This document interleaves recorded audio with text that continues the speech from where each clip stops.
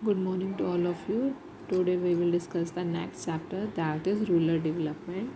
काफ़ी लंबा चैप्टर है तो इसमें एक टॉपिक है ऑर्गेनिक फार्मिंग। थोड़ा इजी टॉपिक है, इसलिए आपको पता है कि मेरे शुरू से यही नोटिस रहता है कि मैं सिंपल टू कॉम्प्लेक्स आना पसंद करती हूँ। That's why firstly I will choose this topic organic farming and sustainable development. देखिए ऑर्गेनिक फार्मिंग क्या है, आपने ये पढ़ा होगा कि पहले के टाइम में फार्मिंग ऑर्गेनिक तरीके से की जाती थी। ऑर्गेनिक तरीके से करना मतलब नेचुरल इनपुट्स को यूज़ करना, काऊ डंग को यूज़ करना, कंपोस्ट को यूज़ करना, जो केमिकल फर्टिलाइज़र्स हैं उनको कम से कम यूज़ करना। लेकिन उससे क्या होता था, प्रोडक्शन कम होती थी। फिर जो फार्मर्स था वो किस पे आ गया, धीरे धीरे मॉडर्न फार्मिंग पे आ गया, जिसके अंदर वो ज़्यादा से ज़्यादा केमिकल फर्टिलाइज़र्स यूज़ करने लग गया। तो जिससे क्या हुआ, प्रोडक्शन तो बढ़ी तो ये आपको पता है घिया है, तोरी है, उसमें इंजेक्शंस लगा दिए जाते हैं जिससे वो एक ही दिन में बहुत बड़ी हो जाती है।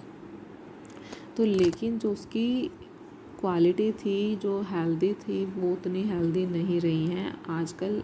अब आपको पता है हमारा बॉडी स्टैमिना और हमारे पेरेंट्स के बॉडी स्टैमिना में कितना फ़र्क है।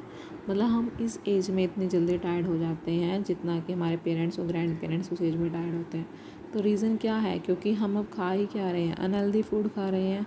हम जितना मर्जी दूध पी लें, घी पी लें, लेकिन वो उतनी प्योरिटी नहीं है जितनी पहले के टाइम में थी।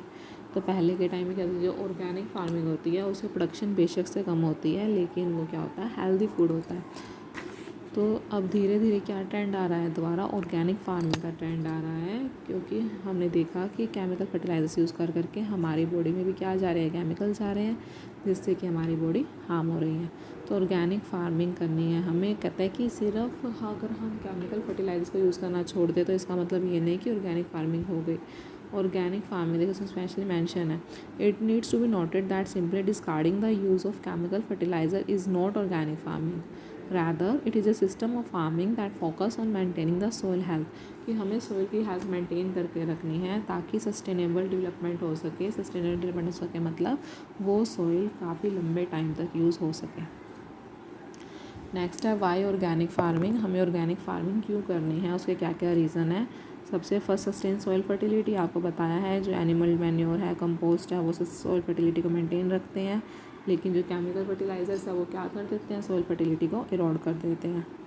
Environmental friendly. ऑर्गेनिक फार्मिंग क्या है, इन्वायरमेंटल फ्रेंडली है, इससे इन्वायरमेंट को भी कोई नुकसान नहीं पहुंचता है। Discard the use of non renewable resources. जो हमारे कन्वेंशनल फार्मिंग है उसकी तरह ये सिंथेटिक केमिकल्स को यूज़ बिल्कुल भी नहीं करता है। Healthier and tastier food. Organic farming से क्या होता है, टेस्टियर फूड बनता है। जो आप ऑर्गेनिक प्रोडक्ट खा के देख लीजिए कोई भी, वो आपको ज़्यादा टेस्टी लगेगा as compare to today products. Last one, inexpensive technology for the small and the marginal farmer. जो छोटे छोटे फार्मर्स हैं वो अफोर्ड नहीं कर सकते थे, लेकिन वो ऑर्गेनिक फार्मिंग तो अफोर्ड कर सकते हैं।